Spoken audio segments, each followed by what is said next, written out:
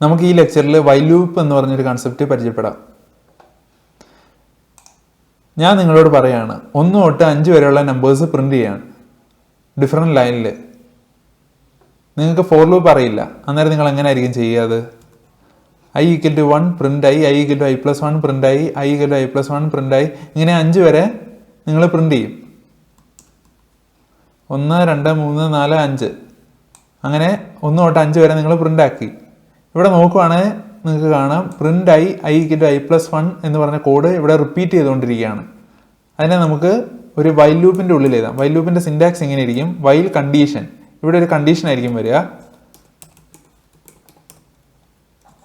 പിന്നെ ഒരു കോളൻ, അത് കഴിഞ്ഞ് റിപ്പീറ്റ് ചെയ്യുന്ന ആ ബ്ലോക്ക് ഓഫ് കോഡ്.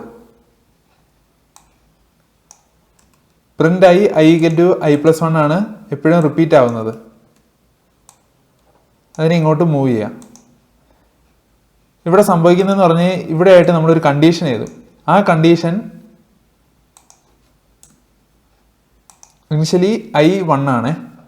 ഇവിടെ ഒരു കണ്ടീഷൻ എഴുതും. ആ കണ്ടീഷൻ ട്രൂ ആണെങ്കിൽ ഇവിടെയുള്ള ഈ കോഡ് എക്സിക്യൂട്ട് ചെയ്യും. ഈ കണ്ടീഷൻ ട്രൂ ആയിരിക്കുന്നിടത്തോളം കാലം. ഈ കണ്ടീഷൻ ഫാൾസ് ആകുമ്പോൾ മാത്രമാണ് നമ്മൾ ഈ വൈൽ ലൂപ്പിന്റെ പുറത്തോട്ട് വരിക. ആ കണ്ടീഷൻ എന്തായിരിക്കും? ഇവിടെ നമുക്ക് 1 തൊട്ട് 5 വരെയുള്ള നമ്പേഴ്സിനെ പ്രിന്റ് ചെയ്യണ്ടേ എന്ന് വെച്ചാൽ i 5 ആവുന്നിടം വരെ, i <= 5. Shift plus enter. 1 2 3 4 5 ഡിസ്പ്ലേയിൽ വന്നു.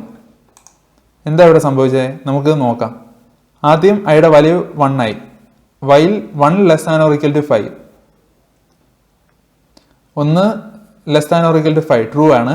അതുകൊണ്ട് 1 പ്രിന്റ് ചെയ്ത് i = i+1 1+1. ഐയുടെ വാല്യൂ ഇപ്പോൾ 2 ആയി. 2 <= 5 അത് ട്രൂ ആണ്. അതുകൊണ്ട് 2 പ്രിന്റ് ആയി. ഇനി ഐയുടെ വാല്യൂ 2 + 1 ആയി, എന്ന് വെച്ചാൽ 3 ആയി. വൈൽ 3 <= 5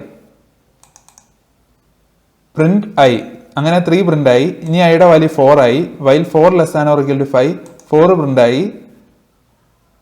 ഐയുടെ വാല്യൂ ഇനി 5 ആയി. വൈൽ 5 <= 5 പ്രിന്റ് ആയി. ഐയുടെ വാല്യൂ ഇപ്പോൾ 6 ആയി. വൈൽ 6 <= 5. ഇവിടെയുള്ള കണ്ടീഷൻ 6 5ലും ലെസ് ആണോ? അല്ല. അതുകൊണ്ട് ഫാൾസ് ആയി.